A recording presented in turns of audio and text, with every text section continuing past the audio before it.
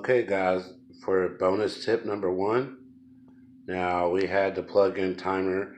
I told you the first one, the black one, had 2 prongs, so we plugged the 2 lights in there for 5 o'clock a.m. start time and to turn off at 11 p.m. Now we have the fan that was the metal USB 4-inch fan that we got from Walmart. That's roughly $5.88. This was roughly about $12 for this Touch Smart.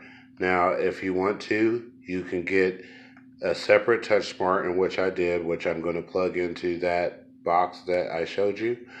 And what we're doing is we'll set this timer onto this fan right here. So the fan will run on a different timer than the actual box itself with the lights. So I run the lights a little bit longer than what I would run the fans. I can set the timer where I run the fans only so many hours a day. That gives time when you're germinating seeds or growing sprouts. Then you would have time to build up some heat in the box, and then the fan would kick on to kick out that heat. That's for tip number 1. Okay, now for my second tip. As you looking at right here is a set of halogen lights. They are 75 watts. Now these halogen lights are going to put off some heat. So what you can do when you're germinating your tomato and vegetable seeds in your grow box, you can replace your plant lights. I would take one light out and leave one plant light in and put a halogen in. So that way when the lights turn on, the halogen is putting off some heat to build up some heat for your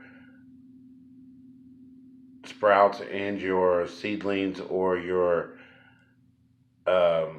clones, to build up some heat to help them grow. And you can also set them on a whole set this light on a whole separate timer by itself, so that the halogen lights come on for a certain allotted amount of time of the day. So if you got your lights on for, say, 18 hours a day, maybe you want to only run your halogen lights for heat maybe 6 to 8 hours a day to build up heat in the box, and then have those lights cut off and then just run off the plant light from there on out until the plant light goes off. That's for tip number 2. All right, for tip number 3, what you're looking at here is I am a fisherman, and I do keep goldfish.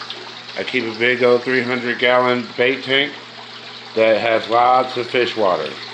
So all the plants that you will see in future videos will be watered basically with fish water, so we could call it something like aquaponics. We will also be, this is what we'll be germinating our seeds with, this water, and our sprouts and any clones that we make for tomatoes or vegetable seedlings. And then we will also mix this water with Miracle Grow plant food in order to maximize the nutrients that we are feeding our plants. So that's the bait tank running on a nice bucket filter. Maybe we'll show you a DIY on that one day. So that's it for tip number 3. Thanks for watching Food Smart 101. This is Joseph. Have a good day. Don't forget to like and subscribe. Peace.